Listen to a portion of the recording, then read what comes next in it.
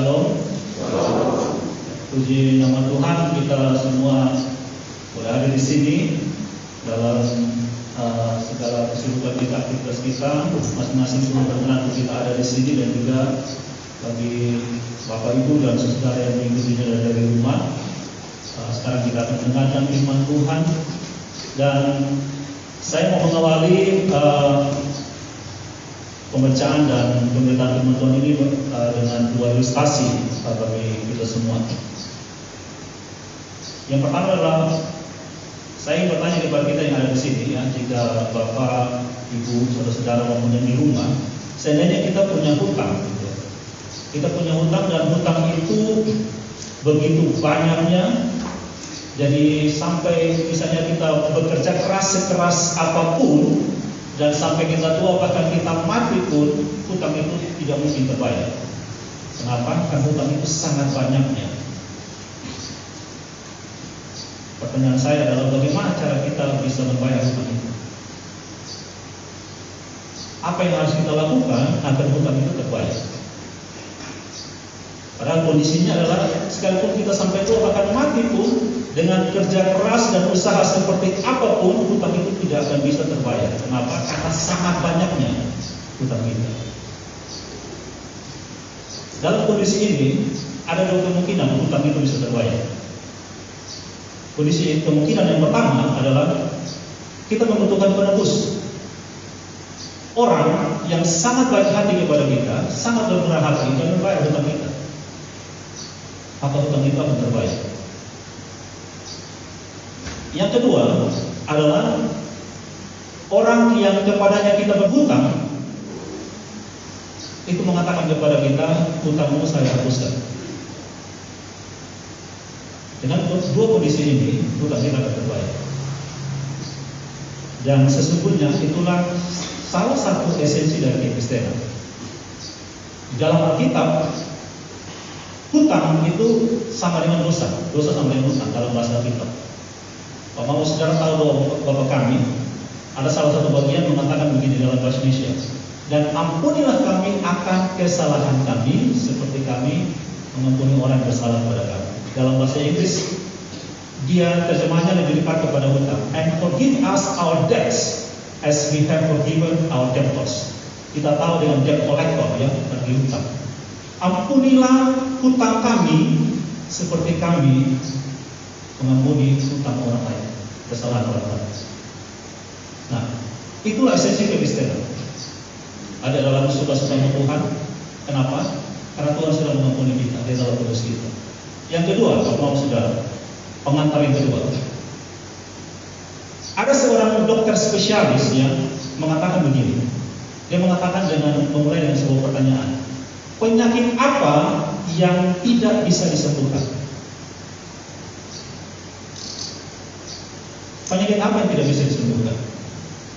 Mungkin Bapak mau saudara bisa mengira-ngira penyakit apa, gitu ya. Di tempat yang lain ketika saya tanya, ada yang menjawab penyakit jantung tidak bisa disembuhkan. Atau mungkin ada yang bilang penyakit mah tidak bisa disembuhkan. Dokter ini berkata begini, penyakit yang tidak bisa disembuhkan adalah penyakit yang diderita oleh seseorang, tapi orang itu tidak sadar kalau itu sakit. Pak Mama kalau orang lihat nih, mungkin lihat, Bapak kayaknya Bapak sakit. Bapak tuh bilang, tidak, biasa-biasa aja, tidak sakit. Orang lain lihat dia sakit, tapi dia parah, tapi dia kan biasa-biasa aja. Penyakit yang orang itu sedang derita dan dia tidak sadar kalau itu sebuah penyakit itu tidak bisa disembuhkan. Makanya ini biasa ya. Orang kalau ke dokter tanya, keluhan apa Bapak? Keluhan apa Mama? Bapak mau bilang tidak ada keluhan, dia sudah pulang gitu. Kenapa datang ke dokter? Penyakit yang orang itu derita tapi dia tidak sadar bahwa itu penyakit itu tidak bisa disembuhkan. Mungkin setelah ini pas masih pikir, kira-kira kita ada rasa apa ya? Atau mungkin orang dekat, suami, istri, bapak, mama, anak atau siapapun saudara bilang, kayaknya lu lagi sakit. Tapi dianggap biasa-biasa, itu berbahaya. Nah, Bapak, Mama dan saudara semua, saya ajak kita membaca Lukas 18 ayat 9 sampai 14. Lukas pasal 18 ayat 9 sampai 14. Mari kita membaca bagian ini bersama-sama, bagian firman Tuhan ini. Lukas 18 ayat 9 sampai 14. Dalam hitungan ketiga, saya akan ajak kita membaca bersama-sama, ya. Ada yang mau bersuara silakan, mau dalam hati pun ya silakan. Yang penting membaca dengan penuh iman bagian firman Tuhan ini sebagai firman Allah yang diberitakan kepada kita semua. 1, 2, 3. Dan kepada beberapa orang yang menganggap dirinya benar dan memandang rendah semua orang lain, Yesus mengatakan perumpamaan ini. Ada 2 orang pergi ke bait Allah untuk berdoa. Yang seorang adalah Farisi dan yang lain pemungut cukai. Orang Farisi itu berdiri dan berdoa dalam hatinya begini, Ya Allah, aku mengucap syukur kepadamu karena aku tidak sama seperti semua orang lain. Bukan perampok, bukan orang lalim, bukan pezina, dan bukan juga seperti pemungut cukai ini. Aku berpuasa 2 kali seminggu, aku memberikan 1/10 dari segala penghasilanku. Tetapi pemungut cukai itu berdiri jauh-jauh, bahkan ia tidak berani menengadah ke langit, melainkan ia memukul diri dan berkata, Ya Allah, kasihanilah aku orang berdosa ini. Aku berkata kepadamu, orang ini pulang ke rumahnya sebagai orang yang dibenarkan Allah dan orang lain itu tidak. Sebab barang siapa meninggikan diri, ia akan direndahkan, dan barang siapa merendahkan diri, ia akan ditinggikan. Amin. Demikian firman Tuhan, Bapak, Mama, dan saudara yang sudah kita baca bersama-sama. Ya. Nah, cerita tentang orang Farisi dan pemungut cukai ini ya, yang Tuhan Yesus ceritakan.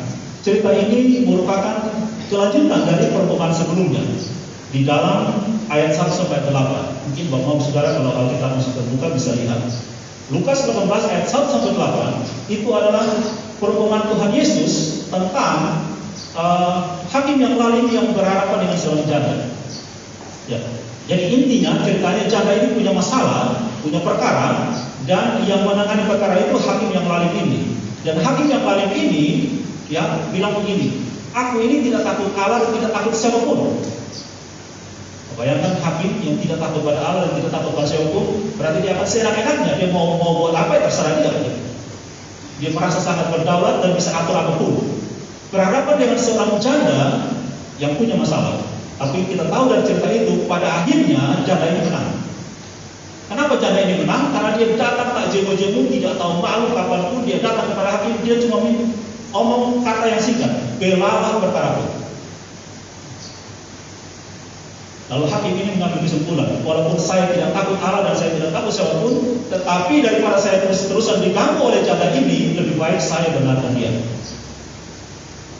Nah, kesimpulan dari perumpamaan itu Yesus katakan bahwa bukankah Allah Bapamu di sorga akan membenarkan orang-orang pilihannya yang siang malam datang kepada dia. Tetapi dalam ayat ke-8 Tuhan Yesus memberikan satu kesimpulan yang sebuah kalimat pertanyaan yang sangat menusuk hati, dan seharusnya kita semua yang mendengarkan firman Tuhan ini, baik yang di gereja maupun di rumah atau dimanapun, kita tersinggung dengan kalimat Yesus ini. Ketika anak manusia kembali ke bumi, apakah dia akan mendapatkan iman?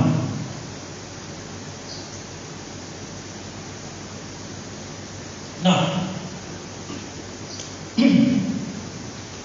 Bapak-Bapak dan saudara semua, ya, kenapa cerita atau perumpamaan Yesus tentang janda dan hakim yang lalim ini diteruskan kepada perumpamaan tentang pemungut cukai dan orang Farisi? Nah, saya menemukan ada 3 alasan, ya. Ada 3 alasan. Yang pertama, berdoa dan menjadi jawaban doa itu.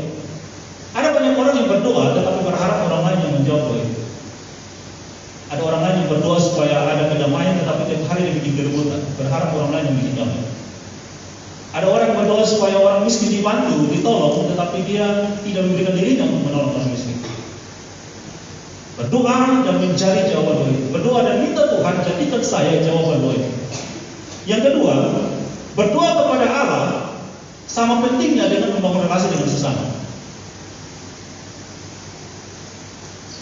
Kekristenan selalu identik dengan salib, ya, vertikal, horizontal. Yesus ketika ditanya apa hukum yang terbesar, apa hukum yang terutama, dia memberikan satu pernyataan mengutip dari Perjanjian Lama yang mirip juga dengan salib. Kasihilah Tuhan Allahmu dengan segenap hati, akan budi kekuatan, segenap jiwamu, vertikal, dan kasihlah sesama manusia seperti dirimu sendiri, horizontal. Kita berdoa kepada Allah sama pentingnya dengan membangun relasi dengan sesama. Cerita janda dan hakim yang lain ini itu perumpamaan Yesus yang pertama tentang vertikal. Berdoa kepada Allah. Tak jemu-jemu, minta siang malam berdoa, apa pertemuan katakan kepada Allah. Dan hakim yang lain itu dia menggambarkan seperti Allah yang punya kedaulatan yang penuh. Dia bisa buat apapun yang dia mau. Dan orang-orang pilihannya dia perintahkan berdoa kepada Allah itu siang dan malam. Nah, maka muncul ayat yang ke-9. Yesus katakan, biasanya orang yang bertekun di dalam doa akan cenderung jatuh kepada kesombongan rohani, merasa dirinya benar dan menghakimi sama. Makanya Yesus katakan, dan kepada orang-orang yang suka membenarkan diri, Yesus katakan perumpamaan ini. Tadi di awal ngomong saudara saya mengutip dari doa Bapa kami, ya. Doa Bapa kami itu katakan, ampunilah kami, ini vertikal, ampunilah kami akan kesalahan kami ya Bapa di surga, seperti kami mengampuni orang yang bersalah kepada kami, horizontal. Ajaran Kristen selalu identik dengan salib, vertikal, horizontal. Tanpa salah satunya itu berarti bukan Kristen. Kristen berarti berurusan dengan Allah dan juga berurusan dengan sesama. Makanya sekalipun kita dalam kondisi seperti pandemi seperti ini, tetap gereja itu orang Kristen harus bertemu. Kalau memang dalam kondisi tidak bisa apa-apa, kita bisa virtual, online, tetapi berusaha untuk bisa ketemu. Bapak saudara coba bayangkan, pada masa awal ketika kekristenan itu dibabat habis, diusahakan dihabiskan oleh pemerintah Romawi, sehingga mereka harus beribadah di gua-gua, di katakombe mereka harus bertemu untuk beribadah. Karena salah satu kekuatan kekristenan adalah koinonia, bersekutu. Makanya Yesus bilang begini, berdoa itu ada dua cara. Satu, masuk ke kamar, kunci pintu sendirian, berdoa dengan Allah. Tetapi dia juga katakan begini, di mana 2-3 orang berkumpul, bersekutu dalam namaku, di situ aku ada. Kekristenan bicara soal urusanmu dengan Allah secara pribadi dan juga relasimu dengan sesama. Nah, ada kecenderungan ya, orang-orang yang semakin berdoa, merasa diri semakin dekat dengan Tuhan, dia mulai merasa bahwa dia punya pertumbuhan rohani yang baik. Kecenderungannya dia merasa eksklusif di hadapan Allah, merasa unggul dalam kerohanian, lalu mulai sombong rohani. Menganggap orang lain tidak setara dengan dia. Menganggap orang lain tidak apa-apanya dibanding dengan dia. Maka sekali lagi muncul ayat 9 berkata, dan kepada beberapa orang yang menganggap dirinya benar dan memandang semua orang lain, Yesus mengatakan perumpamaan orang Farisi dan pemungut cukai. Mari kita lihat siapakah pemungut cukai. Dalam bahasa Latin disebut publicanus. Makanya mungkin dari sini muncul kata public, umum, ya, publicanus. Itu adalah sebutan orang-orang yang kerjanya mengumpulkan pajak. Ya, kita tahu mereka kumpul pajak dari masyarakat Yahudi untuk serahkan kepada pemerintah Romawi, penjajah. Dan pada masa itu pemungut cukai merupakan salah satu dari mata pencaharian ya, orang-orang Yahudi pada saat itu. Tapi yang penting Bapak-Bapak dan Saudara, orang pemungut cukai ini bukan orang sembarangan. Bayangkan di masa seperti itu dan di masa penjajahan, mereka punya keterampilan yang jarang dimiliki oleh banyak orang pada masa itu, yaitu mereka bisa calistung, baca tulis itu. Pemungut cukai harus bisa membaca, harus bisa menulis, harus bisa berhitung. Sehingga tentunya mereka bukan orang-orang biasa, mereka tahu terpelajar. Nah, tetapi ada masalah besar. Profesi pemungut cukai itu dipandang buruk oleh masyarakat Yahudi. Kenapa? Ya satu, karena mereka berurusan dengan pajak. Coba kita jujur, seberapa kita di sini yang jujur lapor pajak? Ini bukan pesan sponsor. Suruh kita yang lapor pajak dan sudah lapor jujur apa adanya. Salah satu masalah di bangsa ini adalah masalah pajak. Minta pajak, ya apalagi pada masa itu banyak masyarakat miskin, mereka sangat marah. Yang kedua, pemungut cukai karena mereka bekerja kepada kaum penjajah Romawi, maka tentunya mereka dibenci oleh orang-orang kaum sebangsanya. karena dianggap berkhianat. Dan yang ketiga, mereka cenderung memungut lebih dari yang seharusnya. Ini kita bisa tahu dari pengakuan Sakeus, kepala pemungut cukai. Waktu Yesus berkunjung ke rumahnya dan dia diberi kasih karunia oleh Yesus untuk sadar siapa dia, dan dia bertobat, lalu dikatakan bahwa sebagian dari milikku akan aku bagikan kepada orang miskin, dan kalau ada orang yang aku peras, aku ganti 4 kali lipat. Itu pengakuan dari Sakeus, kepala pemungut cukai. Nah, kemudian mari kita lihat siapa orang Farisi. Ini yang sangat unik, Bapak-bapak dan saudara, orang Farisi ini ya. Kalau Bapak perhatikan baik-baik pengakuan orang Farisi ini, saya cukup yakin bahwa ini memang dia lakukan. Memang dia lakukan, apalagi ya yang Yesus umpamakan, sangat mungkin orang Farisi ini lakukan. Di dalam 10 hukum, Bapak-bapak saudara, dalam 10 hukum ada perintah jangan mencuri. Karena dia tahu itu tidak boleh mencuri, maka dia bilang aku bukan perampok. Benar, di situ dia benar. Lalu ada perintah jangan berzinah. Lalu dia mengaku aku bukan seorang pezinah. Ada juga perintah berikan 10% perpuluhan kepada Allah. Dia bilang aku berikan. Di dalam tradisi Yahudi, masyarakat Yahudi wajib setahun sekali berpuasa. Tapi apa yang dilakukan oleh orang Farisi ini? Aku berpuasa 2 kali seminggu, luar biasa. Puasa Senin Kamis. Dia buat sangat, itu memang karena Farisi itu punya punya ketaatan kepada Tuhan itu luar biasa. Nah, Bapak saudara, coba bayangkan orang ini ada di gereja. Pasti kalau ada pelayanan apa, dia paling, ayo mari kakak di sini. Orang yang taat seperti itu, kelihatan taat seperti itu, pasti akan diagung-agungkan di gereja, dihormati, diberikan posisi khusus, penghargaan khusus, pelayanan khusus. Itu yang kelihatan. Dan ada satu bagian yang unik juga, ketika orang Farisi ini melihat pemungut cukai. Kenapa? Bapak saudara, karena pemungut cukai itu mereka sering ditolak, sehingga kalau mereka hadir di sinagoge atau di beribadah, biasanya mereka ambil tempat-tempat yang terpencil, malu ada di depan. Makanya orang Farisi ini tunjuk bahwa aku tidak seperti pemungut cukai. Mungkin juga orang Farisi ini ingat dalam Mazmur 24 ayat 3 sampai 4 ya. Mazmur 24 ayat 3 sampai 4 ada tertulis begini. Siapakah yang boleh naik di atas gunung Tuhan? Siapakah yang boleh berdiri di tempat yang kudus? Orang yang bersih tangannya dan murni hatinya, yang tidak menyerahkan dirinya kepada penipuan dan yang tidak bersumpah palsu. Karena ada ayat seperti itu, maka Farisi ini merasa dirinya benar dan pemungut cukai itu tidak benar. Tetapi jauh lebih unik, Yesus katakan di dalam kesimpulan perumpamaan tentang orang Farisi dan pemungut cukai ini yang sedang berdoa. Kata Yesus, siapakah yang pulang dengan orang sebagai orang yang dibenarkan oleh Allah? Yesus katakan, pemungut cukai itu, dan bukan orang Farisi.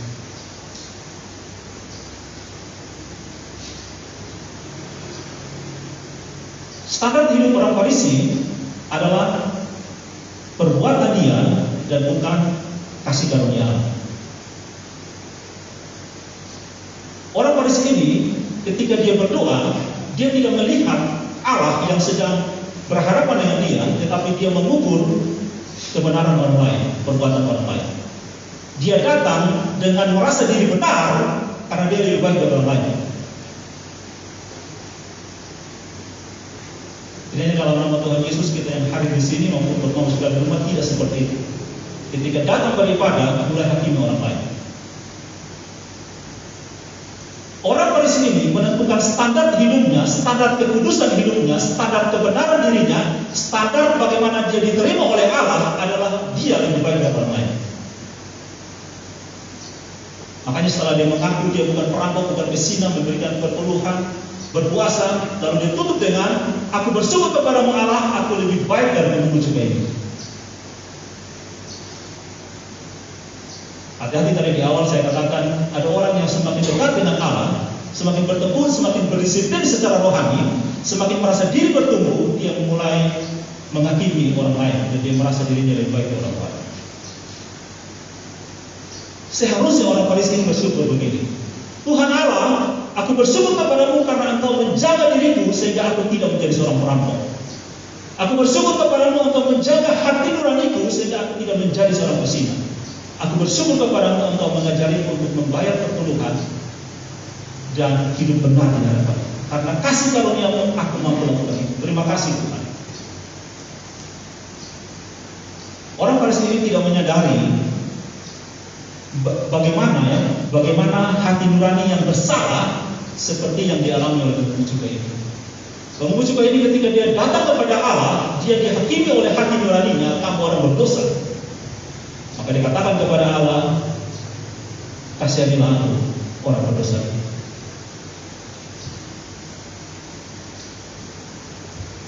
Bapak saudara, Alkitab seringkali mengajar kita. Kesan pertama ketika orang berhadapan dengan Allah yang benar adalah dia sadar betul Allah itu Maha Kudus dan dia berdosa. Dia sadar bahwa Allah itu Maha Kuasa, bisa lakukan apapun juga, dan aku ini orang berdosa yang tidak bisa apa. Mari kita lihat contoh Musa ketika dia mau mengecek semak duri yang menyala tetapi tidak terbakar. Lalu Allah berfirman dari tengah-tengah semak duri, katakan, lepaskanlah kasurmu karena tanah di mana kau ucap tanah yang kudus. Musa langsung lepas kasurnya dan dia menyembah. Dia sadar dia sedang berhadapan dengan siapa. Yesaya dalam Yesaya 6 ketika pertama kali dia melihat penglihatan Allah muncul di bait Allah, lalu serafim berterbangan dan berseru, kudus, kudus, kuduslah Tuhan Allah semesta alam. Yesaya langsung memberikan respon, celakalah aku sebab aku najis bibir dan aku tinggal di lingkungan orang yang najis bibir. Dia merasa Allah itu Maha Kudus dan aku ini berdosa, aku celaka, aku mati. Tuhan Allah sendiri katakan kepada Musa, tidak ada manusia yang bisa lihat wajahmu. Kalau lihat, mati saat itu juga. Yeremia, dalam Yeremia 1 ketika diutus oleh Allah, Allah perintahkan, dari dalam kandungan ibuku aku sudah kenal kamu, aku utus kamu. Lalu Yeremia katakan, Tuhan, aku masih muda dan aku tidak pandai berbicara. Tuhan katakan, jangan katakan engkau masih muda, tapi kepada siapapun kamu aku utus, pergilah. Dan Simon, yang ini sangat unik Bapak Saudara. Simon, ketika Yesus sedang memberitakan Injil di pantai, di mana Simon sedang membersihkan jalan bersama teman-temannya, lalu Yesus katakan, Simon, tolak perahumu sedikit ke dalam dan tempatkan jalanmu di sebelah kanan. Bapak Saudara perhatikan, apa reaksi Simon? Reaksinya adalah dia disebut Yesus guru. Apa maksudnya disebut Yesus guru? Dia bilang gini, Yesus engkau guru, tugasmu mengajar saja, aku ini nelayan. Lalu dia katakan, sepanjang malam, guru ingat orang mencari ikan itu malam, bukan pagi, bukan siang. Sepanjang malam, aku sudah berusaha dan tidak dapat apa-apa. Tetapi karena engkau menyuruhnya, aku lakukan. Karena engkau guru, saya hormati Rabi, saya lakukan. Tetapi pasti tidak mendapat apa-apa. Saya hanya hormati kamu, saya lakukan. Lalu dia lakukan, dan kita tahu dalam Lukas 5, dia mendapatkan begitu banyak ikan, dia mulai sadar, dia sedang berhadapan dengan siapa. Lalu dia katakan, dia tidak panggil lagi guru, dia katakan, Tuhan, pergilah daripada aku karena aku orang berdosa. Itulah respon yang benar dari seorang anak Tuhan. Dia tahu siapa Allah dan siapa dia. Nilai kekristenan yang paling esensi dari seorang Kristen, Bapak Saudara silakan uji dirimu sendiri, uji diri kita, adalah siapa Allah dan siapa saya. Itu paling penting. Itu akan menentukan bagaimana kita berlaku di hadapan Allah dan berlaku kepada sesama. Kalau kita tidak mengerti itu, kita seperti orang buta yang naik ring dan bertinju. Kita akan hantam sembarang. Tidak ada musuh pun kita hantam saja. Karena kita tidak tahu siapa Allah dan siapa kita. Ini sangat penting Bapak Saudara. Petrus mengutip sebuah ayat dalam Perjanjian Lama tentang standar hidup. Dia katakan begini, kuduslah kamu sebab aku kudus. Jadi standar hidup kita Bapak Saudara bukan orang lain, bukan manusia, bukan keadaan. Standar hidup kita adalah Allah. Allah katakan, kuduslah kamu sebab aku kudus. Allah tidak katakan begini, kuduslah kamu sebab pendetamu itu berusaha hidup kudus. Kuduslah kamu sebab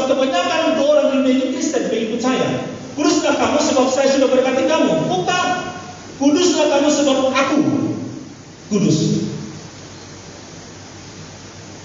Inilah yang membuat kenapa orang Farisi itu tidak dibenarkan oleh Allah. Tapi kenapa pemungut cukai dibenarkan? Karena pemungut cukai datang dengan standar Allah yang Maha Kudus. Makanya dia tidak doa panjang-panjang seperti orang Farisi yang Yesus sering kritik. Orang Farisi itu doa bertele-tele. Yesus katakan, pemungut cukai itu cuma berdoa, kasihanilah aku, orang berdosa ini ya Allah. Dia tahu Allah yang Maha Kudus. Jadi mari kita perhatikan baik-baik Bapak Saudara, apa standar hidup kita setiap hari. Yakobus 4 ayat 6 berkata begini, Allah menentang orang yang congkak tetapi mengasihani orang yang rendah hati. Itu berarti dari pertemuan tadi, ketika orang Farisi ini sedang berdoa, Allah sedang menantang dia dan menentang dia. Makanya dia tidak dibenarkan oleh Allah.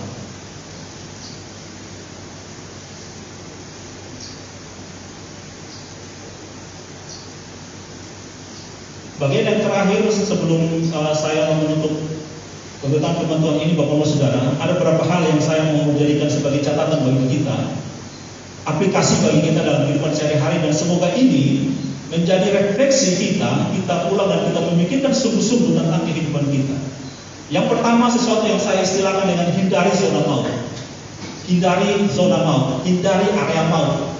Tanpa sadar kita sering berada di dalam area maut ini. Tahun 2019 ada seorang pendaki gunung, dan dia berusaha mendaki gunung Everest, Mount Everest, dan dia berusaha sampai di puncak Mount Everest. Dia berusaha walaupun pendakian itu sangat berbahaya. Dia berusaha dan akhirnya dia sampai di puncak. Dan ketika dia sampai di puncak, dia mulai menikmati terbitnya matahari dari atas puncak Everest. Tapi dia tidak sadar dia sedang berada di zona maut. Setelah cukup waktu lama dia menikmati matahari terbit, dia berusaha untuk turun gunung, dan ketika dia turun gunung, dia mati di situ. Tidak sampai di rumah. Seorang dokter berkata begini, seharusnya ketika seorang sampai di puncak Mount Everest, dia sadar bahwa dia sedang mengalami pembekuan jantung. Jantungnya beku. Jadi dia katakan setelah sampai di puncak segera turun. Kamu makin menikmati di situ, jantungmu stop. Jadi yang dialami oleh pendaki gunung di tahun 2019. Dia menikmati puncak gunung, dia tidak sadar dia ada di zona maut. Penyakit yang paling sulit disembuhkan adalah penyakit yang diderita oleh seseorang yang tidak sadar bahwa itu sebuah penyakit. Bapak-bapak saudara, mari kita lihat kisah Raja Daud. Daud ini, dia berada di zona maut tapi dia tidak sadar. Dia berhasil mengalahkan bangsa Amon, bangsa Filistin. Dia berjuang, dia bisa membunuh singa, dia bisa membunuh beruang. Setiap peperangan dia selalu menang. Dia lalu suatu saat dia menikmati masa jayanya. Dia sampai berhasil tampuk kekuasaan, menjadi seorang raja yang menguasai seluruh Israel. Dia menikmati kenyamanan di sore hari ketika raja-raja pergi berperang. Dia menikmati kekuasaan. Dia perintahkan Yoab untuk pergi berperang, dan dia menikmati zona maut itu. Sampai akhirnya dia melihat Batsheba sedang mati, dan dia jatuh ke dalam dosa tersebut. Hati-hati dengan zona maut ini. Jika Bapak-bapak saudara sedang berada di puncak gunung, segera turun.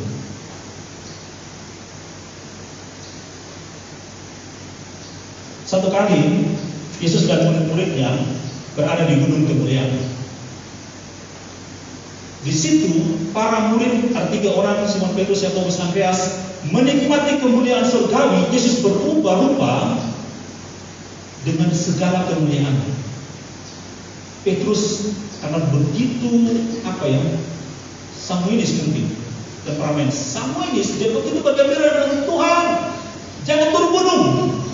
Kami akan buat 3 tenda, satu engkau, satu untuk Musa, satu untuk Elia. Kita nikmati saja di sini. Jangan turun gunung. Tapi Yesus perintahkan, mari kita turun.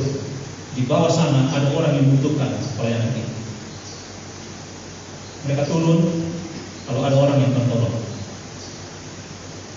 kekristenan itu bukan menikmati zona maut. Jika umpama saudara sudah dihantar Tuhan sampai di puncak kemuliaan, menikmati berkat-berkat Tuhan, segera turun. Bagikanlah berkat itu kepada orang lain. Banyak orang yang mati di zona maut. Yang kedua, Bapak-Ibu Saudara, menyadari dan waspadai blind spot, titik buta. Apa itu blind spot?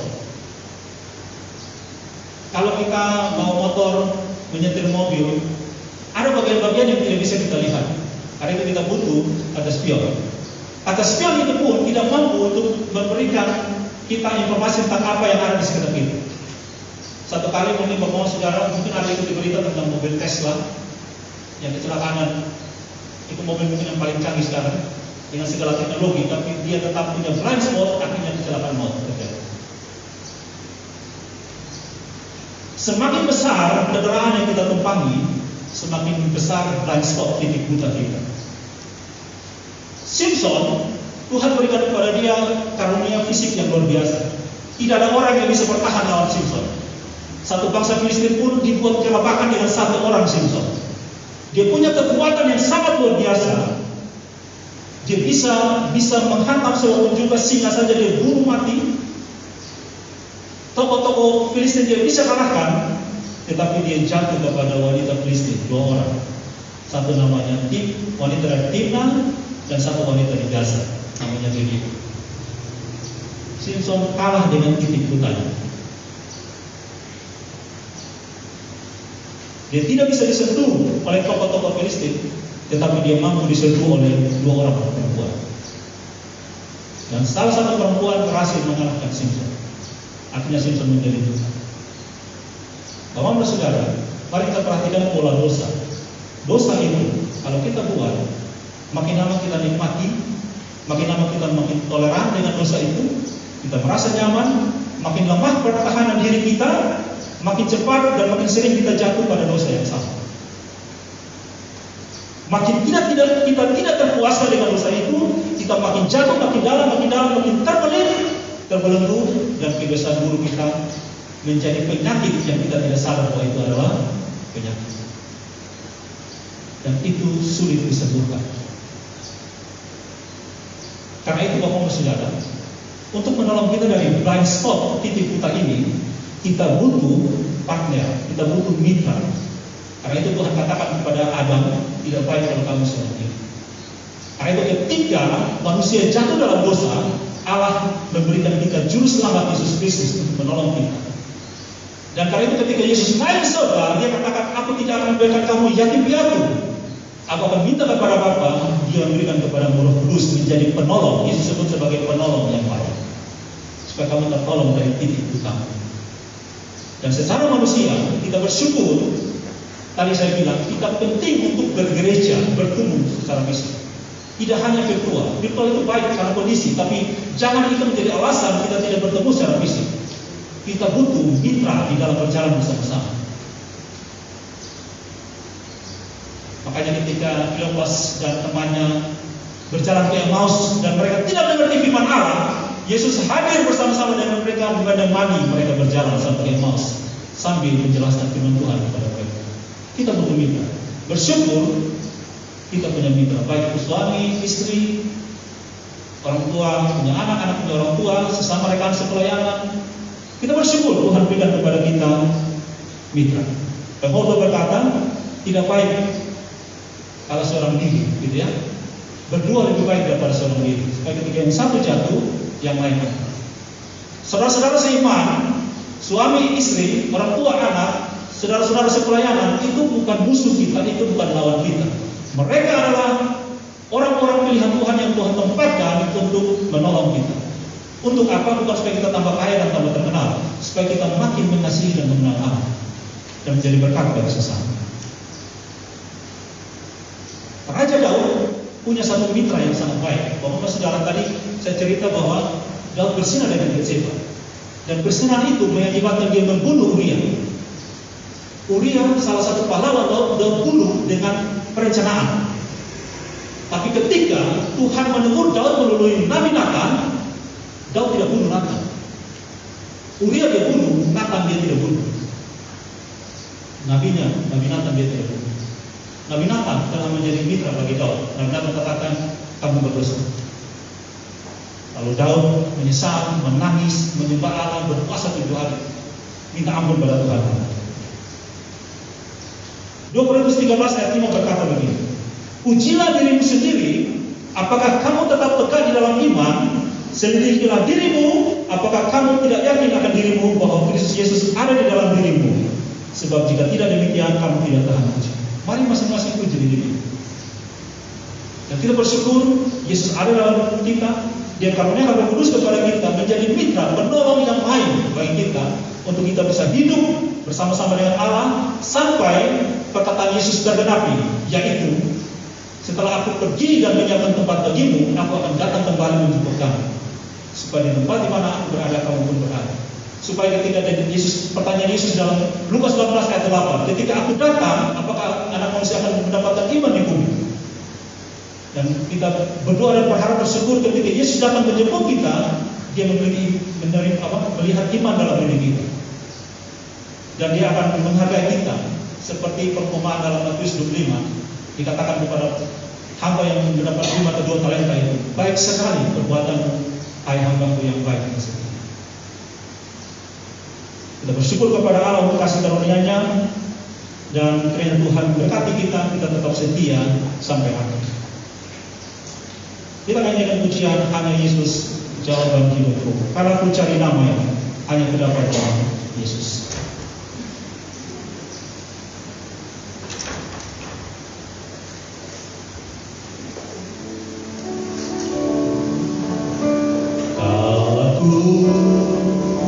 Cari nama hanya nama Yesus. Kalau ku cari kemenangan, Cari kemenangan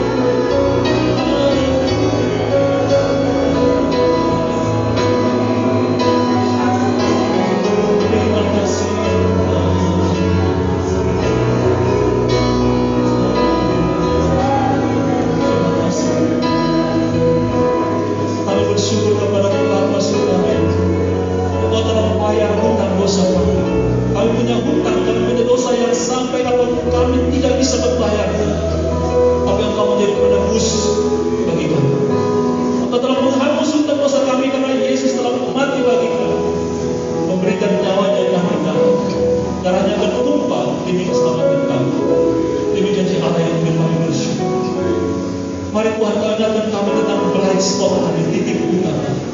Ingatkan kami ketika Engkau sudah membawa kami sampai ke puncak gunung. Ingatkan kami segera turun untuk kami menjadi berkat bagi banyak orang dan memuliakan nama. Ingatkan kami ketika kami hidup, kami mendekat kepada Tuhan, kami tidak menghakimi orang lain. Karena Engkau berfirman, kuduslah kamu sebab aku kudus. Standar hidup kami adalah Engkau Allah sendiri, firman Allah yang hidup. Terima kasih Bapak, Engkau ingatkan kami hari ini. Ampuni kami. Kasihanilah kami orang berdosa ini Tuhan, yang seringkali semua ini kami tidak sadar. Kami bersyukur hari ini Engkau ingatkan kami kembali kepada-Mu. Terima kasih Roh Kudus yang Engkau sudah karuniakan bagi kami, yang terus berjalan bersama-sama dengan kami hingga ketika Engkau datang kembali menjemput kami. Engkau menepati iman dalam hidup kami, dan di mana Engkau berada, kami akan berada bersama-sama.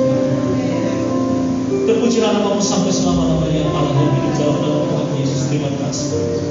Kami mau bersyukur dengan memberikan korban syukur. Berkatilah ya Tuhan setiap korban syukur yang diberikan, dan ajar kami memberikan seluruh hidup kami menjadi persembahan ibadah yang berkenan kepada-Mu. Dan kami terus berdoa berkati setiap anak-anak Tuhan yang mengelola persembahan itu. Mereka diberkati dalam nama Yesus, memuliakan Engkau dan menjadi berkat bagi gereja, bagi bangsa. Terpujilah nama Tuhan dalam nama Tuhan Yesus Kristus. Haleluya. Amin.